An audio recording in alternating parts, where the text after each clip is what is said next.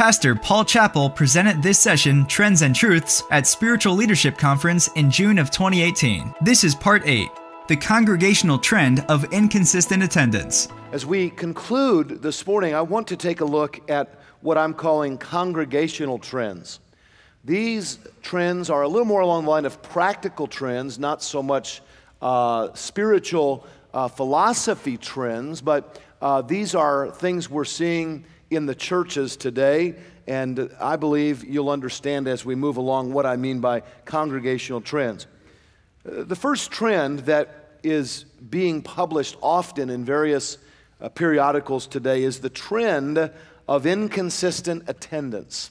It's an amazing trend in that many churches are not necessarily losing membership, but their attendance is waning.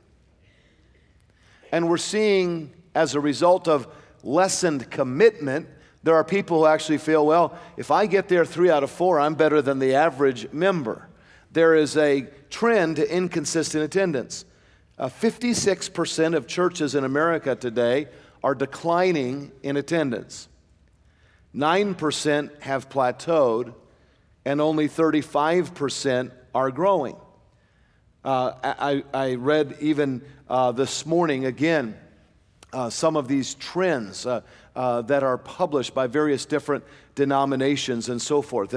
And with that trend and these trends in mind, we're seeing that rather than a spirit of so much the more till we see the day approaching, we're finding churches that are cutting Sunday night services, Wednesday night services, missions conferences, etc.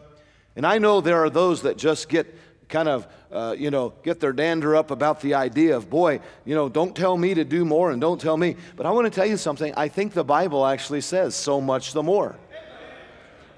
I don't think we need to overprogram. I talked about that yesterday. But we're seeing the trend today. I don't believe when it comes to Bible teaching and preaching that less is more. And nor do I believe that many people, just given their own schedules, are going to find themselves deeply in the Word of God. God has called us to teach and preach. And gentlemen, this is not the time to be lazy in our calling. This is the time to get into the Word and bring something fresh to the pulpit. And yet, churchgoers are less frequent. Churches are de-emphasizing membership. Recent polls have found younger Christians drifting away from the conservative views of their parents and grandparents.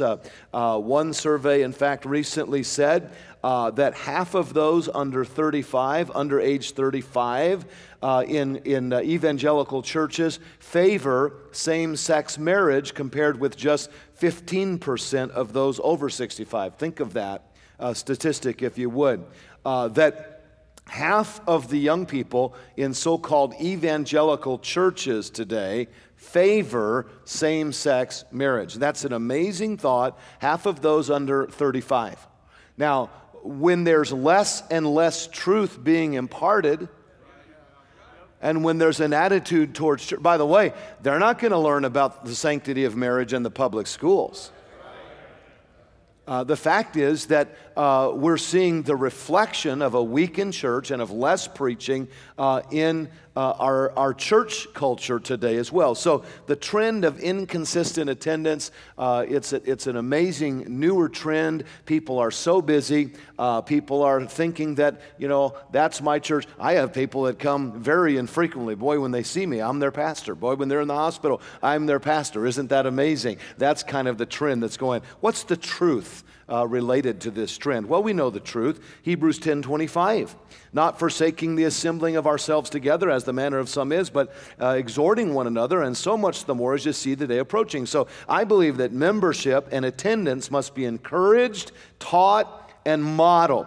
And I've heard all the arguments. Well, Sunday school was started. I know where it was started. I've been to the town where it was started in England. It was started by Robert Raikes. And the fact of the matter is that because of that Sunday school, millions of British children learned how to read the Bible, and were saved. And I understand that you may have different hours of your Sunday. You may have different nights of the week. All I'm advocating here is that we need to emphasize membership. And I actually believe it's a biblical principle. They that were baptized were added to the church. I think they actually knew who the widows were. I think they actually knew one another. I think that they admonished one another and exhorted one another, and that they were very, very relationally involved in this community. Membership was known. Attendance must be encouraged. I think a lot of this begins in what we call our core class, where we bring people into this new Christians class and we talk to them about membership, and we talk to them about what is involved with being a member, and we talk about